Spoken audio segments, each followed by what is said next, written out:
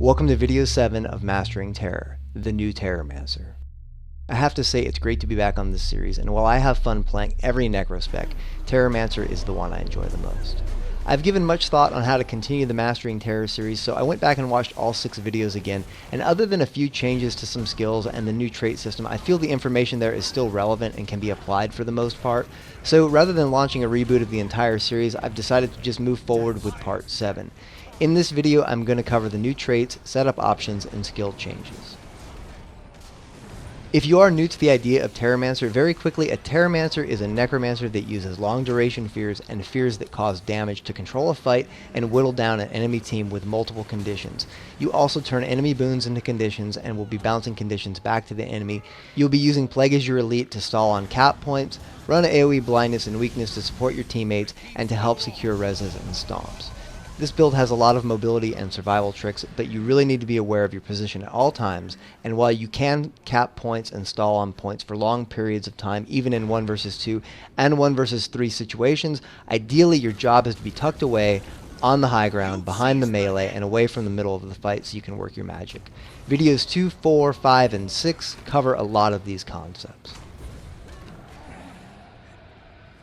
Okay, let's jump right into traits and skill changes. Starting with Spite, Reaper's Might grants 1 stack of might every time you land a Life Blast. This can turn up your existing condition pressure and can be a nice primer for a Doom. However, Life Blast spamming is not really a priority. Maintaining your conditions is, so I look at Life Blast as a closer to crank up the pressure if I already have good bleed stacks. Not spamming Life Blast will also keep you from burning up your Life Force, and managing Life Force well is very important as a Terrormancer, as you will not be taking the Vital Persistence trait. Spiteful Renewal is on a 5-second cooldown and will remove 1 condition and grant a minor heal versus enemies below 25% health. Spiteful Talisman is also a great option and synergizes well with Corrupt Boon. Death's Embrace inflicts vulnerability when you strike an enemy below 33% health and also increases damage while downed. Chill of Death will cast Spinal Shivers automatically versus enemies below 50% health. This is on a 20-second cooldown. Siphon Power grants 2 stacks of might versus enemies below 50% health. This is on a 1-second cooldown, allowing you to gain big stacks of might fairly quickly. Signets of Suffering is a good option if you're interested in a signet-based utility bar, and Close to Death is always good for any necro build that uses Spite, but Unholy Feast here is the winner for me, as Terrormancers will no longer be taking Path of Corruption. This is triggered when activating Death Shroud. This trait can hit up to 5 enemies, it turns 1 boon into a condition, casts Cripple, grants Retaliation, and is on a 15-second cooldown. In Curses, Bard Precision has a chance to cause bleeding on crit. Plague Sending is on a 30-second cooldown and will send up to 5 conditions to your enemy target as long as you have 3 conditions applied to them. Furious Demise grants Fury when entering Death Shroud. To be a true Terrormancer, you have to take Terror. Unfortunately, in this system, it is at the expense of Path of Corruption.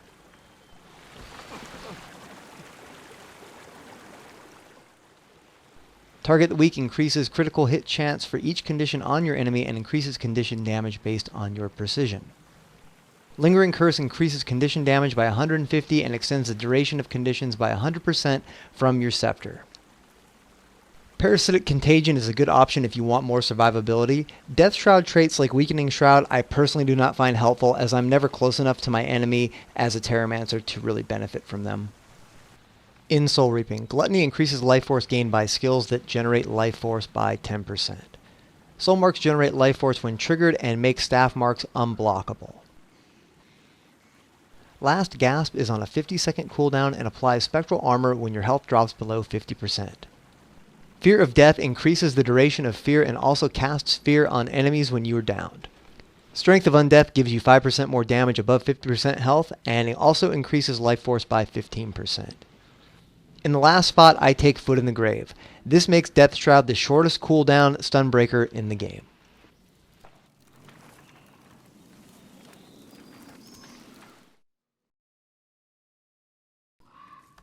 I really think gear is a personal preference to some extent. I go with Carrion Amulet and Rune of Nightmare. Rabbit Amulet and Rune of Undead is also a good combination, and there are at least 5 good rune choices to choose from.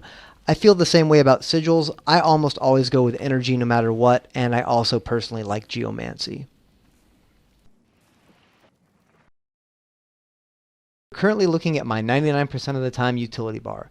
You will notice that Consume Conditions is now on a 30-second cooldown and also inflicts 10 stacks of vulnerability on you when you activate it. However, I still feel this is the best heal option, and while there will be some debate over the proper use of Putrid Mark and Deathly Swarm, I will just say this: you do have the tools to easily transfer this vulnerability to an enemy. Or you can just play defensive or cast a fear until the vulnerability falls off. It's only like 4 seconds. Fleshworm is a great escape. You can use it to get away or back to a point for defense if needed. Things you should know about Fleshworm though is it will explode if you enter Plague, so when your Plague drops you won't be able to teleport to it. And also when you teleport to it, it will explode and spread poison to enemies in the area. Corrupt Boon is just amazing. It turns up to 5 boons into 5 conditions. Keep in mind the boon stability is converted into fear. There is some speculation that this will change in the future, but as of right now, that's how it works. Spectral Walk is a stun breaker. It grants you swiftness and it creates a tether that you can teleport back to. There are lots of awesome ways you can use this ability. Right over the edge. They both took the bait. I'm right back up. Now they're down at the bottom. Utility options are Spectral Wall, a very awesome ability that grants protection as you and your allies pass through it. It also fears enemies if they pass through it. It's a great way for protecting a downed ally from a stomp, and as a Terrormancer, it is an additional source of damage as well. Signet of Spite passively grants power, but can also be used for a really nasty condition spike.